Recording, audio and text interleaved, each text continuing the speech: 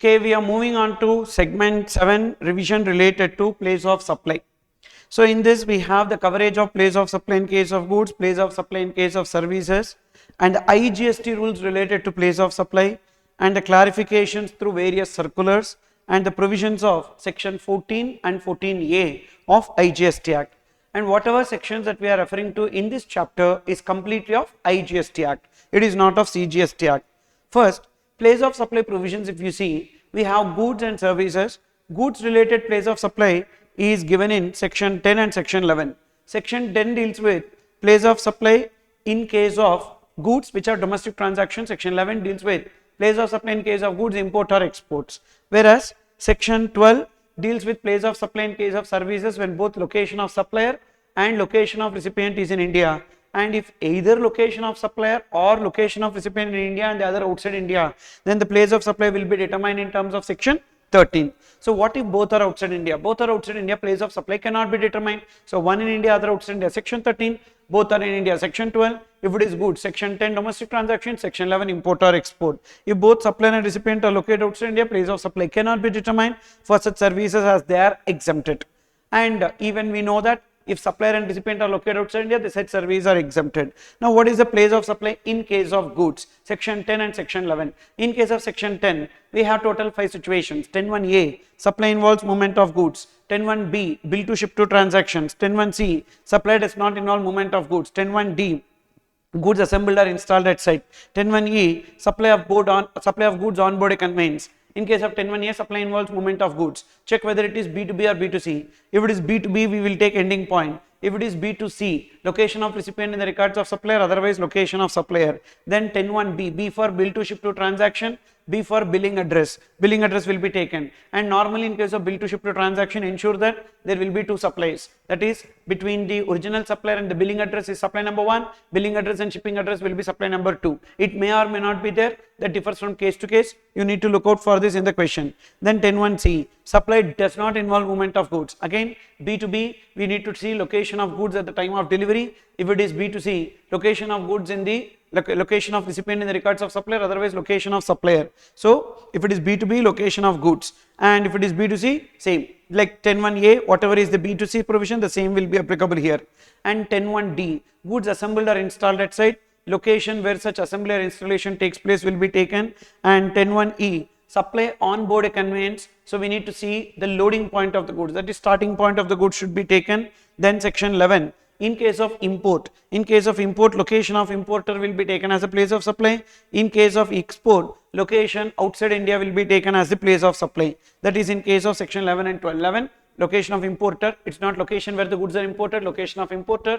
In case of export, it is the location outside India. Suppose if there is a conflict between 10(1)(d) and 10(1)(e), definitely specific provision will prevail over general provision. For example, supply involves movement of goods. At the same time, we are doing installation. So location of installation only will be taken as a place of supply. In case of conflict between 10(1)(a), B, C over 10(1)(d) and E, so then 10(1)(d) and E shall prevail. So specific provision shall prevail over general provision.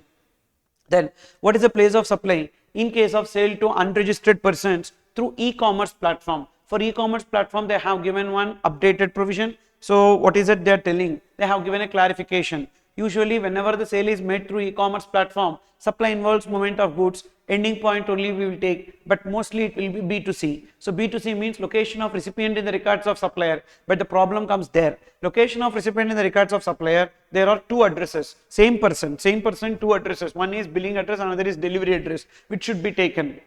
If the billing address and delivery address match, we need to take address which is recorded in the invoice. If the delivery address and billing address are different, so then we need to say delivery address recorded on the invoice. This is not bill to ship to transaction, because in case of bill to ship to transaction, billing address is a different person, shipping address is a different person. Here it is same person. The supply happens through e-commerce platform, but he has given a different delivery address and billing address. That is this. Usually place of supply is location of recipient in the records of supplier. In the absence of such detail, location of supplier. This is whenever the goods are sold to unregistered person. So if both are same, address recorded invoice. Otherwise delivery address should be taken. And just the name of the state is sufficient to be called as address in the records of supplier. Name of the state on invoice is sufficient to be considered as recording the address of the recipient. Then in case of services, if supplier in India place of supply is determined under section 13, definitely it will be deemed interstate supply and chargeable to IGST 75C.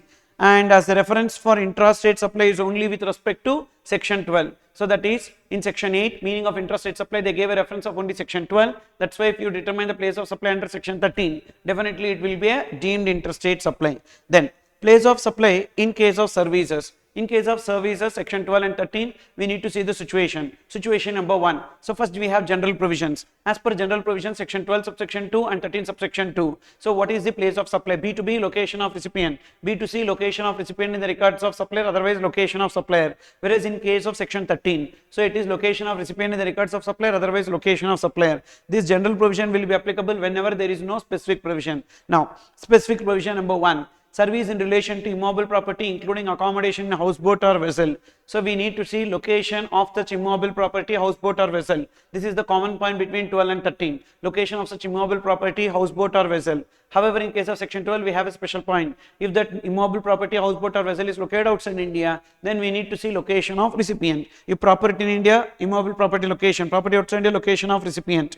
Then performance based service in relation to individuals. For the purpose of section 12, we have food and beverages, beauty treatment, etc. Location of performance, training and performance appraisal. So B2B, location of recipient, B2C, location of performance. Basically here you need to remember there are 3 cases where we need to see B2B, B2C, that is TOT.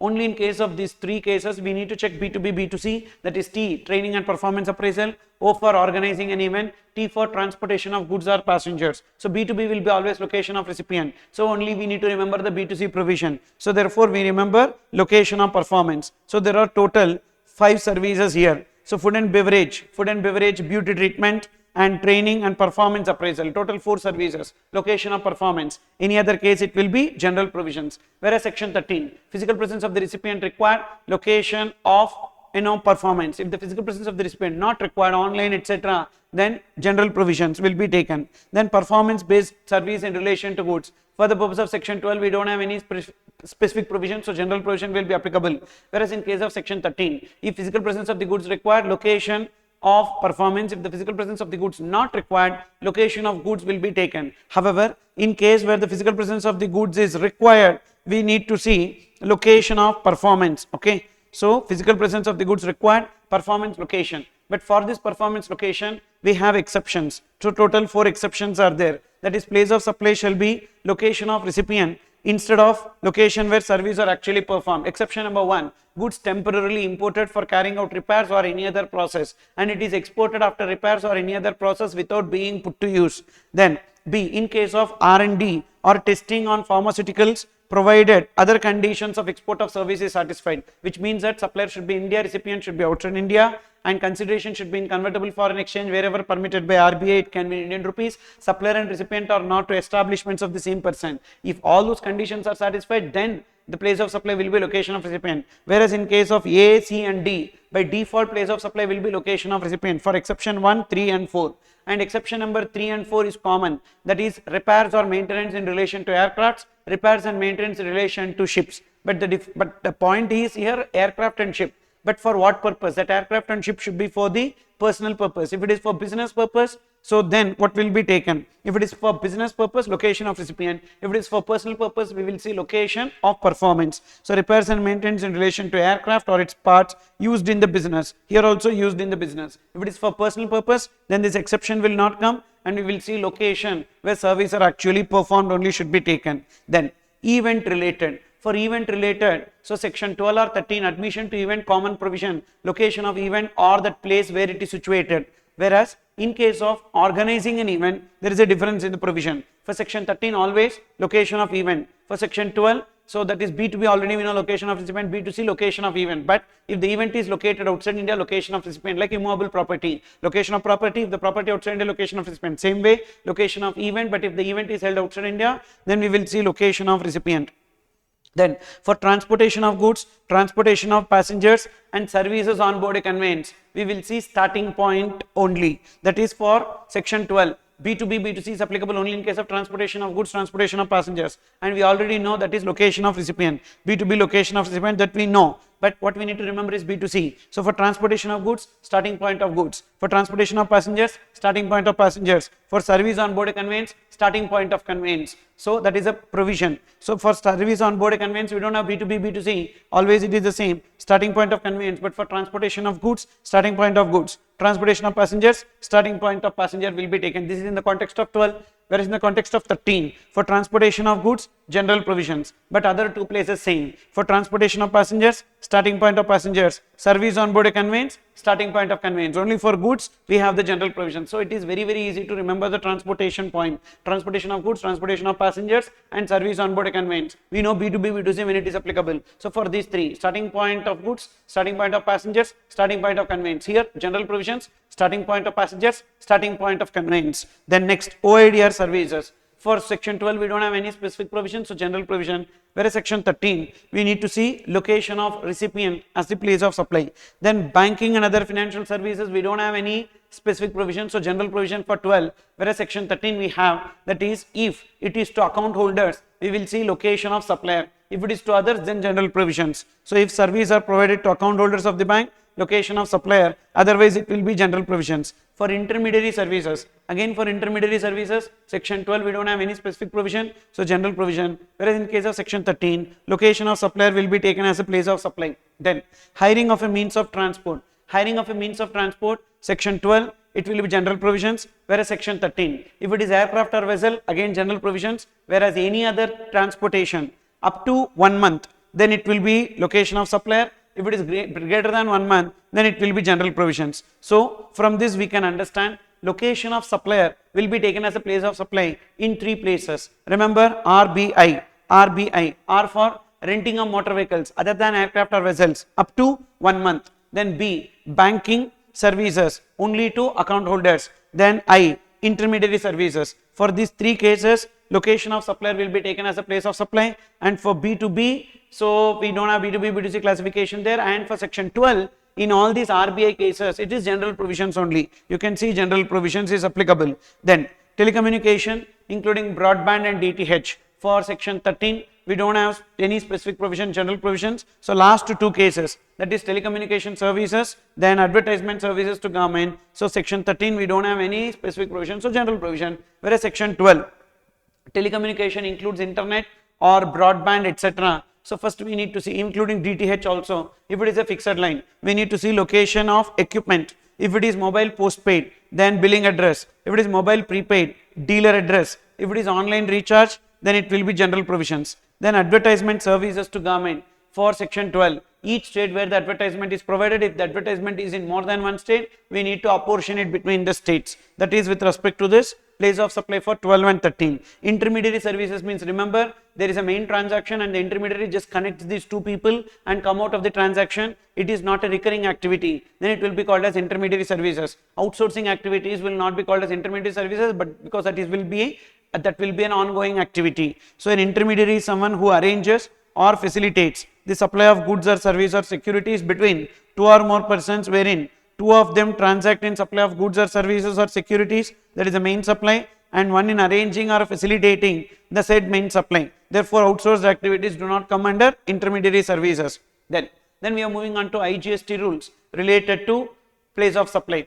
We have rule 3. Rule 3 is applicable in case of advertisement services to government or statutory body. So each state where the advertisement is provided will be taken. What if the advertisement is provided in more than 1 state, wide a single contract? Then that contract amount needs to be apportioned between the states. In what ratio? If it is advertisement on train, we need to see length of track. If it is advertisement on train tickets, number of stations in each state. And suppose if it is advertisement in television, first we need to divide it between the channel based on viewership data published by BARC, Broadcast Audience Research Council, when last quarter, last week should be taken, and first we need to apportion between the channels. After we apportion between the channels, thereafter if the channel is telecast in more than 1 state, it should be apportioned between the states based on population census. Then suppose if it is on internet, it is deemed to be across the country, and we need to take the telecom internet subscriber data and we need to divide, deemed to be provided all over India. And if it is through SMS, we need to see number of telecom subscribers data.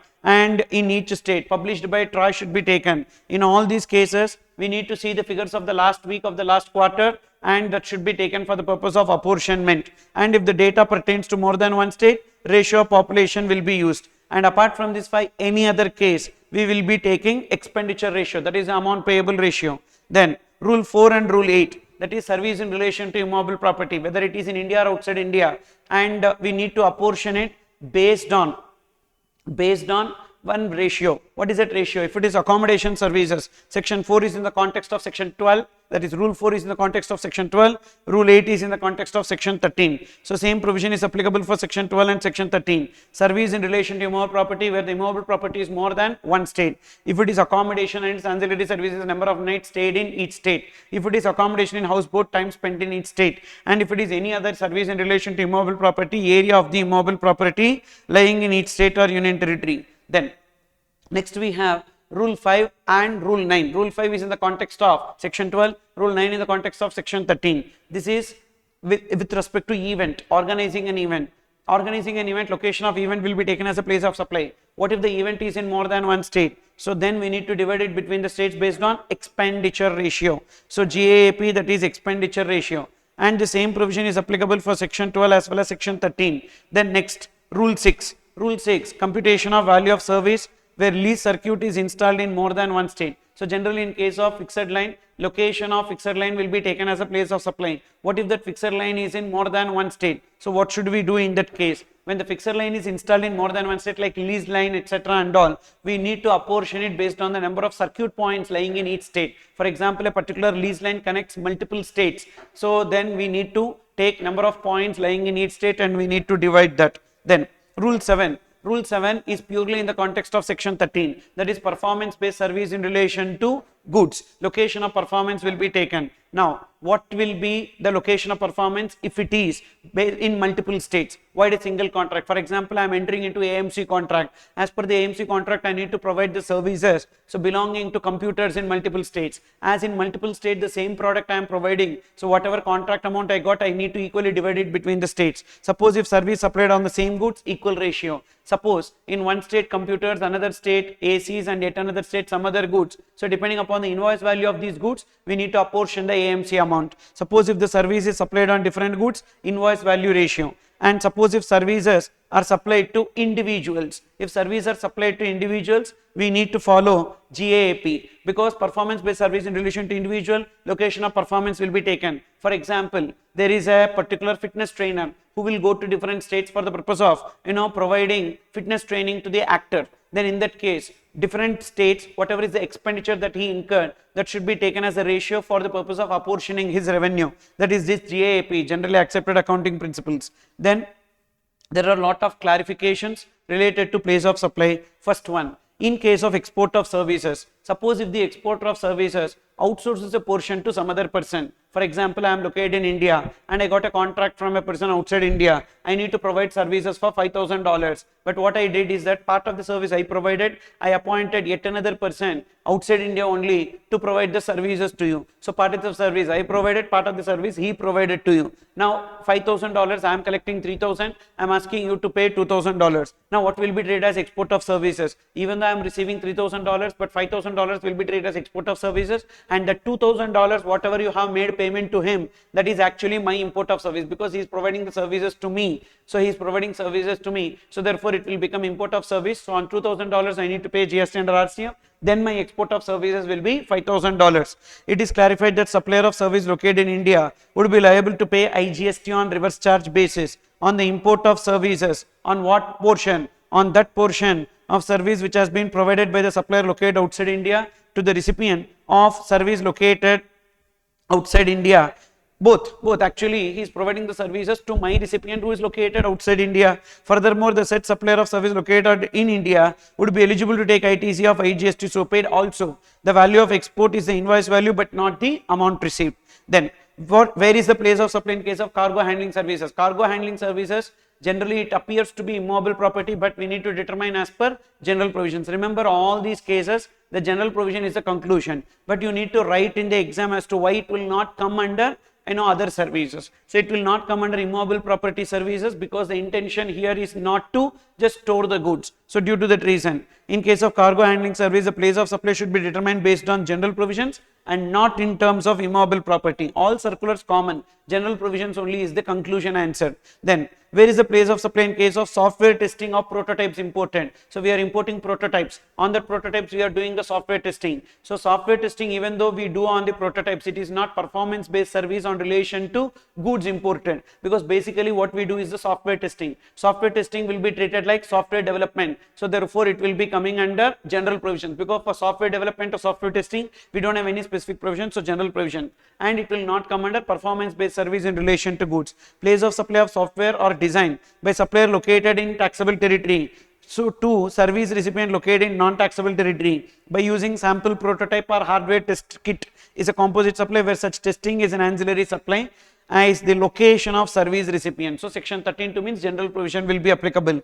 Where is the place of supply in case of cutting and polishing service on unpolished diamonds imported? On unpolished diamonds which are imported, on which polishing is being done or cutting is done and it is exported, it will come under exception number 1. It is performance based service in relation to goods, but it will come under exception 1. Goods are temporarily imported for carrying out repairs or any other process and is being exported without being put to use in India. So due to that reason, exception number 1, location of recipient will be taken as a place of supply. In case of cutting and polishing activity on unpolished diamonds which are temporarily imported into India or not put to any use in India and are exported, so the place of supply would be determined as per the provisions of 13(2), that is location of recipient. It will come under the exception 1 which we have discussed there. Where is the place of supply in case of advertisement on the hoarding? So basically in case of advertisement on the hoarding, if the nature of the activity is that there is a person who is permitting you to install the hoarding over there and you pay some charges, then it will come under service in relation to immobile property. Suppose if the person already installed the hoarding and he is allowing you to display your advertisement on that hoarding, then it will be advertisement services, general provisions will be applicable. Sale of space or sale of right to use the space on the hoarding or structure of vendor to client or advertising company for display of their advertisement. So then in that case, location of immobile property, already the hoarding is owned. So vendor providing advertisement service on the hoarding or structure owned or taken on rent by them, then it will be advertising services, general provisions will be taken. Where is the place of supply in case of service of co-working spaces? Basically in co-working spaces, if there is nothing else is involved, means only renting of immobile property, service in relation to immobile property. But in the co-working spaces, if they provide lot of IT related services, additional services provided by supplier relating to hosting and IT infrastructure service like network connectivity, back facility, firewall services and monitoring surveillance, then place of supply cannot be service in relation to immobile property, because here more services are being provided, so general provisions only. Whereas if no additional service is provided, purely it is like a renting, so then it is service in relation to immobile property. Then where is the place of supply in case of data hosting services provided by a person in India to a cloud computing service provider outside India? There is a cloud computing service provider outside India, say for example Netflix, and Netflix wanted the data hosting to be done by a person in India. So there is a data hosting company which is hosting the Netflix data in their server and which is given to the people in India. Then in that case, what should be taken as the place of supply? So here, will it come under intermediary services? No, it will not come under intermediary services, basically because it is an ongoing activity, principal to principal. So due to that reason, it is not like, so there is a cloud storage provider or cloud computing provider and there is a recipient, I am a data hosting, I am just providing you the intermediary. No, not like that,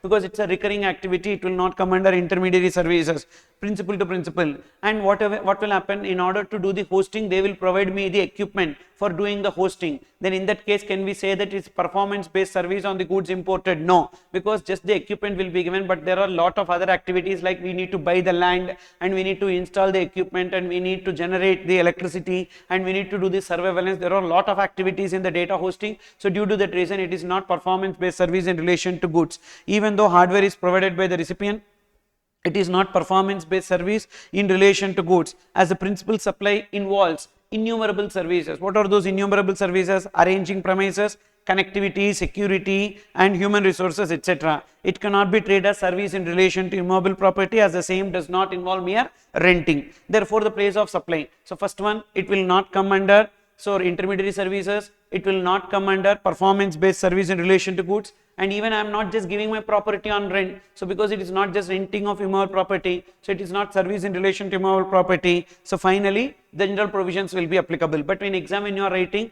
you have to write the reason why it will not come under other places. So consequently general provisions will be applicable.